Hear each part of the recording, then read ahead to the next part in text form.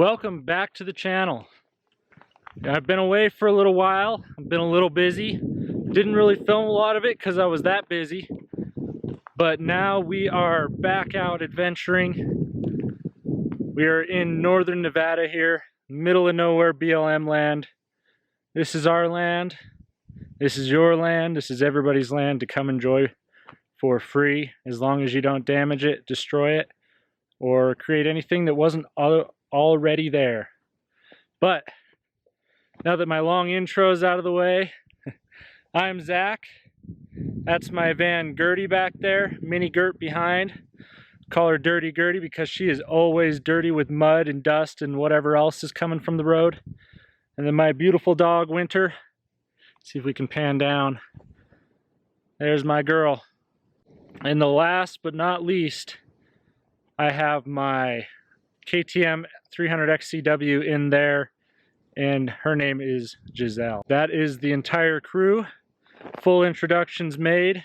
For those of you wondering about my BMW, I left that in storage. I have its battery here with me so I can keep it topped up, but other than that, the bike is taking a rest from the travel life, and Winnie's ready to go. So, without further ado, cue the music.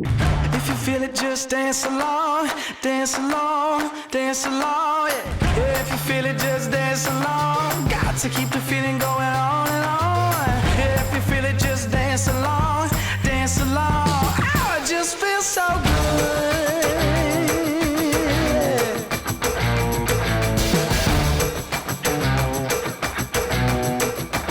I just feel so good, good, good. Oh, I just feel so good, good, good. Oh, I just feel so good. So you find us hiking up this random 2-track road that doesn't go very far up here, according to the local rancher. His name is Bob. He came by and saw me yesterday, which was my first full day here. I basically spent the day resting, kind of watching the environment, seeing what's going on. I like to kind of get a little bit more in tune with things before I start hiking up places I've never been. And I've never been here before. But it is beautiful, and I can definitely feel the altitude. 6,000 feet's not extreme, but I've been at much lower altitudes for a while now, and so I can feel this a little bit. It doesn't help that I'm talking to you. So we're just hiking up this draw here. I want to see what's in these mountains. It actually turns to pine trees up here, I think, or maybe just bigger junipers. But it's a fascinating looking area. It's been calling to me since I pulled up here, so I'm really itching to see what's up in those mountains.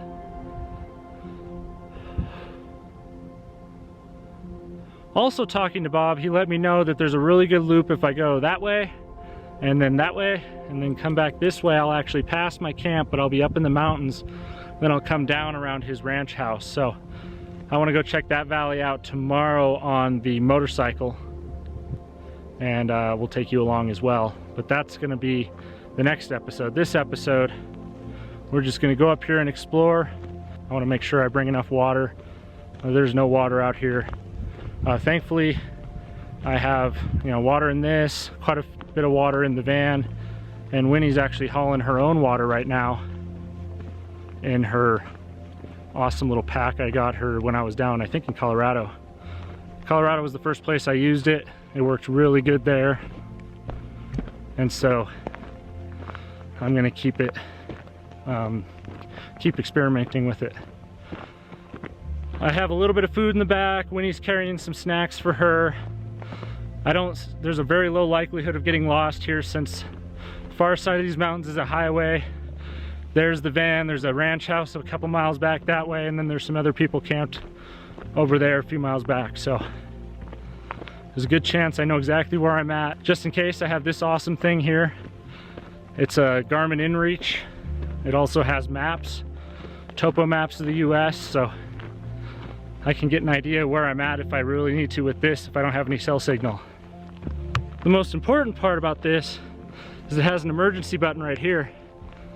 So I just flip that cover off, push the button, that alerts Garmin, who alerts the authorities, and they can come get me. It also, they'll start communicating with me 2 ways, through text messages, which I can send to anybody with a cell phone. But what they'll do is they'll reach out to me, see what I need. I can say, hey, I got a flat tire, I just need someone to come up here and patch it, or swap me out with a new tire. And then they can send a rig that can do that. So I don't have to they don't have to send out search and rescue, none of that stuff. They can just send out what I need. So that's why I went with the Garmin. This is kind of an old InReach Explorer at this point. I think they might still sell them, but I'm not sure. It works great. Been using it for years. I can also turn on like a homing beacon so it'll track where I'm at, send out a signal at predetermined times, and then I can have people track me and make sure I'm okay. But chances are I'm not going to turn that on. But just in case I have it here, I always find it wise to be on point with that kind of stuff, just to have that backup plan. I also, of course, have my phone. I suspect if I get up higher, I can get service. But it's not always a guarantee, so I bring this along everywhere I go. So really this video is just to take you on an adventure with me. I want to show you, kind of a typical adventure is for me. I try to keep it pretty low key, but low key for me is go park in the middle of nowhere and go hike into the middle of nowhere. And for many people, that's not very low key. A lot of people travel to a local trailhead and then hike up that, and that's pretty adventurous for them, and that's fine. I always challenge people to push their level of adventure a little bit. As soon as somebody says, no, I can't do that because this, and this, I usually say those are all the reasons you should do it. That's life giving you an opportunity, and you're making the excuses not to do it. But that's just me.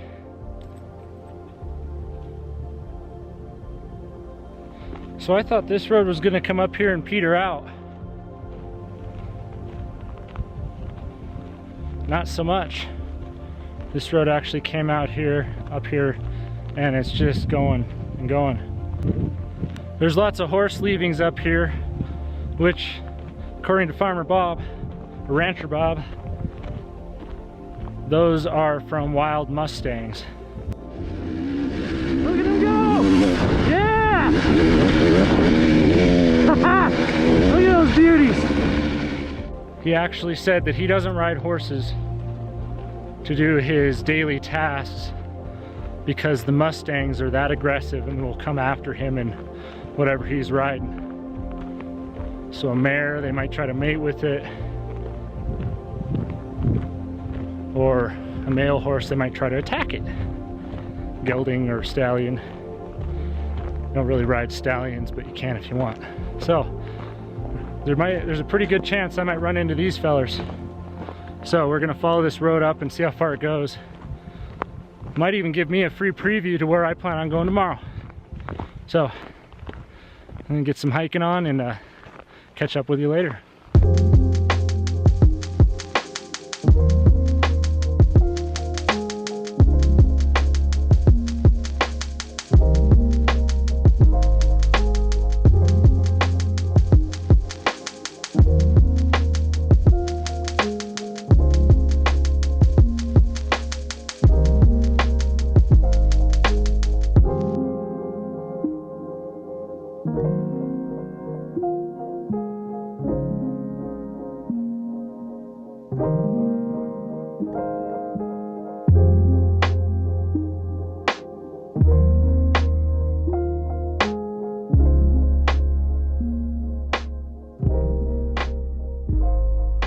Lots changed since you saw us last, about 20-30 minutes ago. We're now in the forest. Mostly juniper trees, but there's some pine trees too. This little guy right in front of me, yeah. So, we're back, there we go. So it's kind of a A blend of the high desert and a blend of the alpine. I think that's what it's going to be to the top. I don't know if I'm ever going to make it to the top. The goal now is to get to the top and see where this tees into something or where it ends. I'm okay with either, and excited to see what I find up here. Seen lots of horse leavings, seen some dog or coyote, I think dog. Seen some deer, and I have yet to see elk, but he said there's a gigantic elk up in these hills too. So, gonna keep on hiking, see what we find, check back with you if we find something cool, or at lunch, which since it's about 1:30 is a little late. But this is a beautiful, beautiful place. Only signs of humans I'm seeing is the fact that this road's here. Occasionally I'll see a rusty can. And the most recent stuff I'm seeing, honestly, is probably either from earlier this year or last year. Somebody cleared some branches, but other than that, it's been a very non-eventful exploration. Yeah, we're getting off-camber stuff, so definitely have to be a dirt bike exploration. And steep. Cool. So, show you what we're seeing and then we'll keep on hiking.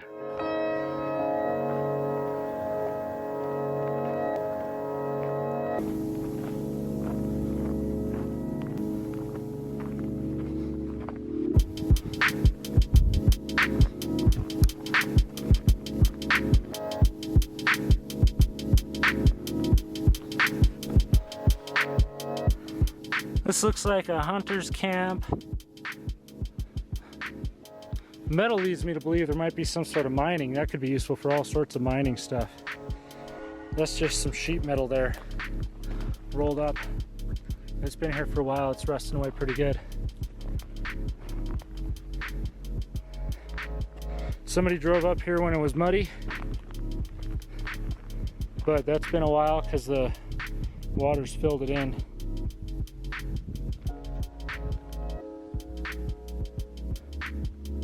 But it really closed in here. We're just in amongst the trees now.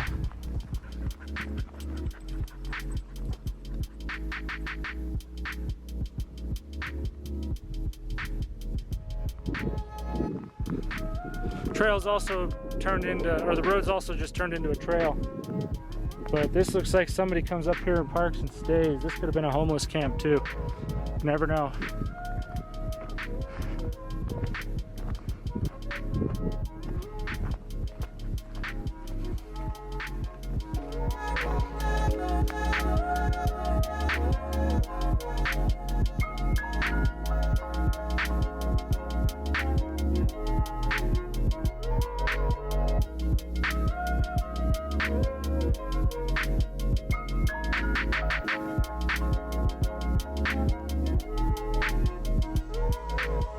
Woo, you can tell we're in a desert, and we can tell we're at altitude here. Holy crap. It's hot and dry, which is good because the sweat works, but the problem is you sweat a lot and it goes fast. We're gonna hike to the top of this little hill here, or ridge or whatever, get a good view, have a snack, drink some water, and then we'll start hiking back down. Man, this is not what I expected up here. I thought we were gonna...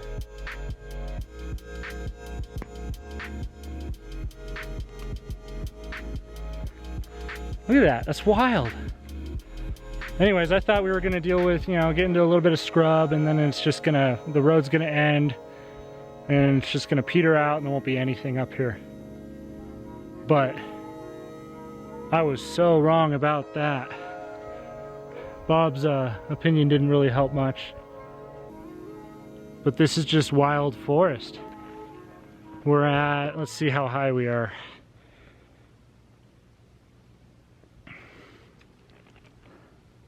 (6,770.19 feet above sea level. That's not that much further up higher than the van, but We are very clearly within the tree line now, sorry. I want you to be able to actually see me. Very firmly within the tree line. The ground is more gravelly. I think we're dealing with an old seabed up here at the top of this mountain.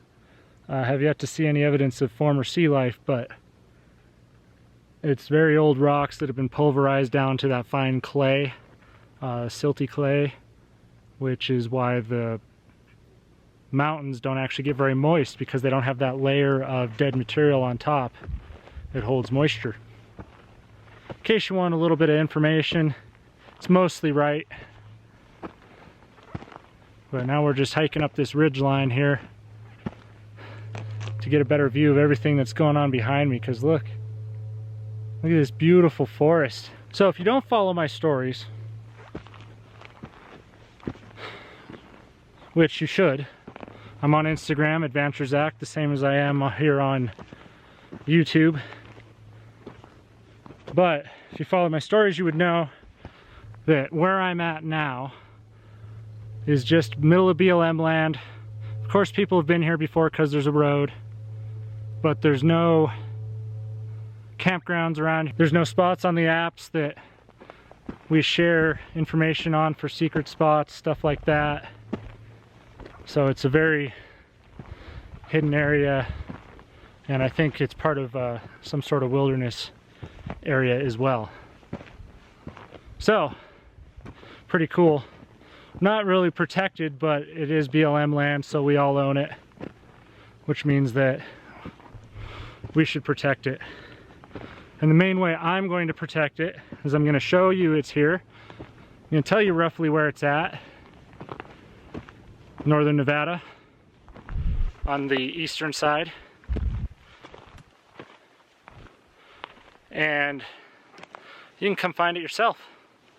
Just point the front end of your vehicle towards some BLM land and go see what's up there in the wild yonder, in a place that's been forgotten by time. And by time, I mean people. People are the only ones that care about time. But look at that. There's like beautiful red rocks up here. Different rocks up there. I got a juniper tree, juniper tree, juniper tree. Down there you can see a little baby pine growing up. Oh no, this is a pine right next to me here. Let's see if I can... That's what's left of a pine tree here. But very, very cool place. When I was talking to Bob, I said this area was calling to me. He said there's not much up there. But not much up there is kind of what I'm always looking for. We may have to figure our way out on a different route.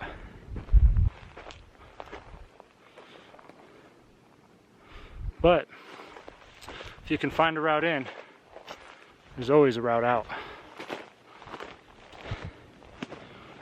And if that doesn't make it clear that I don't know where I'm at and where I'm going and what I'm doing, nothing else will.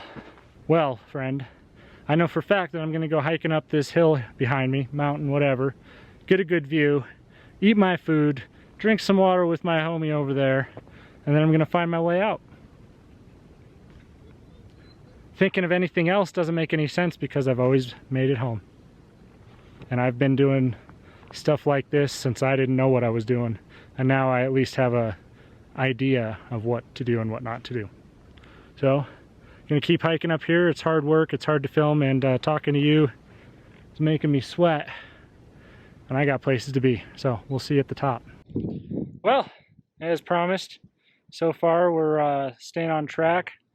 I'm now on top of the ridge line that Winnie and I climbed. How exciting is that? Let me see. Update, there we go. 7,188 feet. That is about 1,000 feet above where the van's parked. We had to hike straight up a mountain side to get here, but here we are. This ridge line continues up to the top of a mountain over there. I don't know if you can see it. There it is. Up to the top of that mountain. We don't have enough supplies for that. Like for now, I brought 20 ounces of water and that's it. It's not nearly enough water for an entire day even. That's enough water for a workout. And that's to get you to the other side of the workout. So Winnie also has about the same amount of water, but I also got her wet before we went, and that keeps her cool for a long time. All right, let's show you the valley here.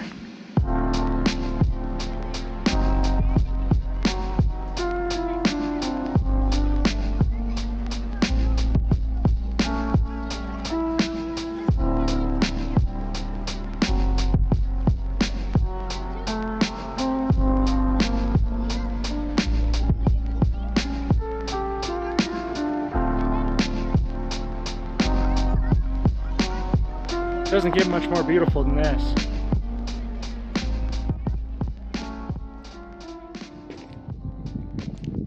So this area out here is the flat bottom of the valley. I'm looking at the mountains over on this side here. And then there's a bunch of cattle down in this valley, down at the bottom there. This is actually a ridge line here. That's what I'm looking up at from the van, is that bottom ridge line. And then out there is the flat. Nevada is a spectacular place to come explore on your own or with a partner. It's just, there's nothing here. And nobody sees any value in this place because it's just so dead. But let me tell you what, it's not. We're gonna get some water. Winnie's definitely thirsty, as am I. We're gonna eat some food. I make sure and give her snacks because she has a tendency to get hypoglycemic because she will literally expend all of her energy. And if food's not readily available, she may not remember to eat. So I'm gonna get everything set up and then we're gonna start hiking down.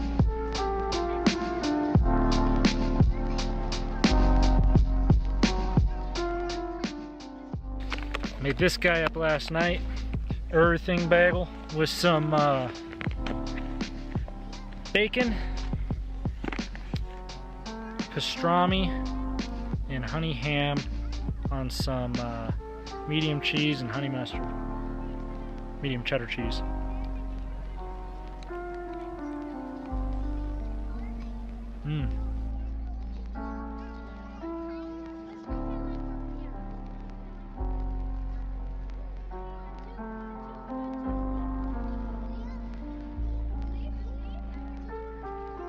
Get suited up and start moving down this hill, get back to the van so I can prep for my next adventure and edit this one up.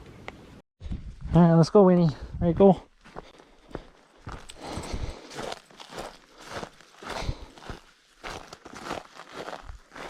All right, we don't want to overcommit to one side or the other, Winnie. Okay. Follow the ridge line itself. You gotta go this way. This way, Winnie. Gotta go this way, Winnie. There you go.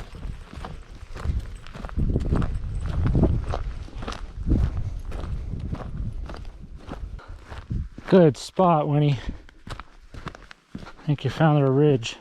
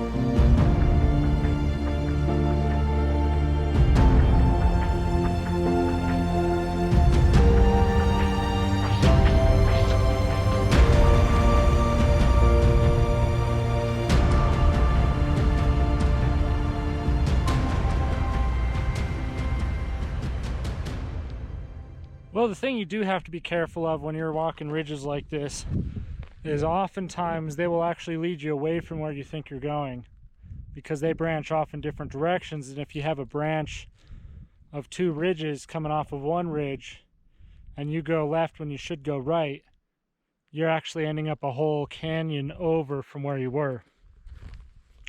So I definitely have to caution anybody who hasn't done this. When you're doing this, you have to know exactly where you're heading, and you have to constantly be checking your route. I'm not saying you need to have a compass out. I never use a compass, I'll be honest. I'm usually verifying where I'm at, or verifying what I already know with a compass. But I think we're getting real close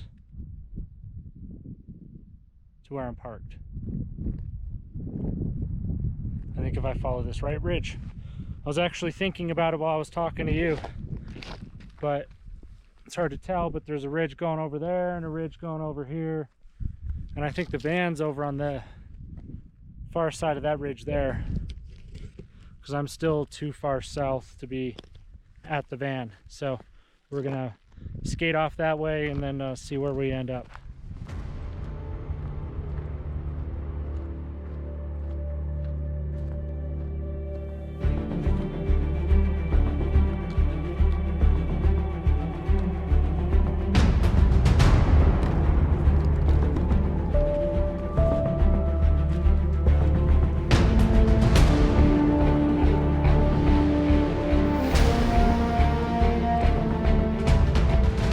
I think we found it. Yep, this is what we need.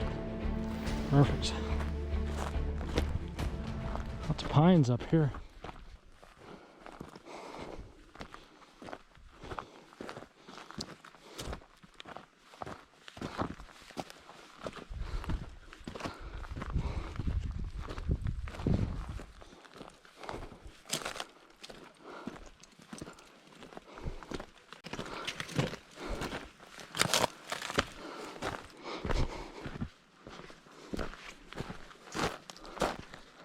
Alright, she's still there. I don't see the awning, so that's good.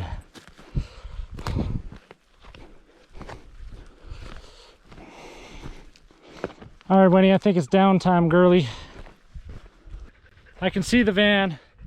I don't think I have any cameras that are going to spot it. Okay, so the ridgeline I tried to avoid actually would have led me right down to the van. So, again, you don't always know where you're at.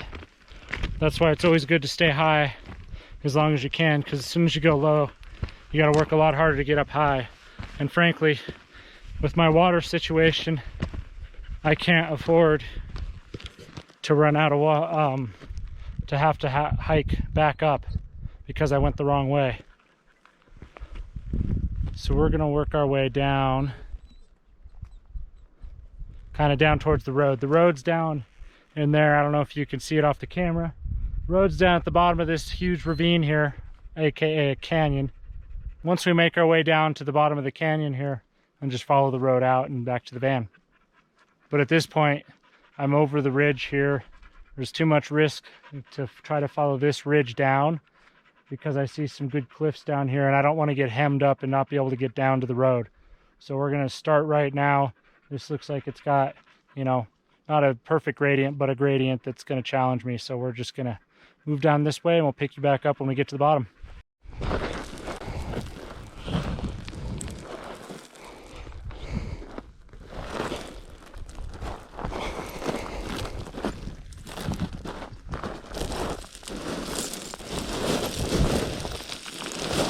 Come on. Come on, Lee. We're almost there, girly. Good girl. Good girl. Let's go. Well, that was a heck of an adventure. Well, there's a bed down spot for something.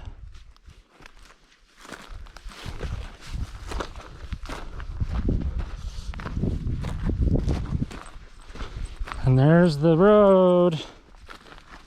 Found the road, Winnie.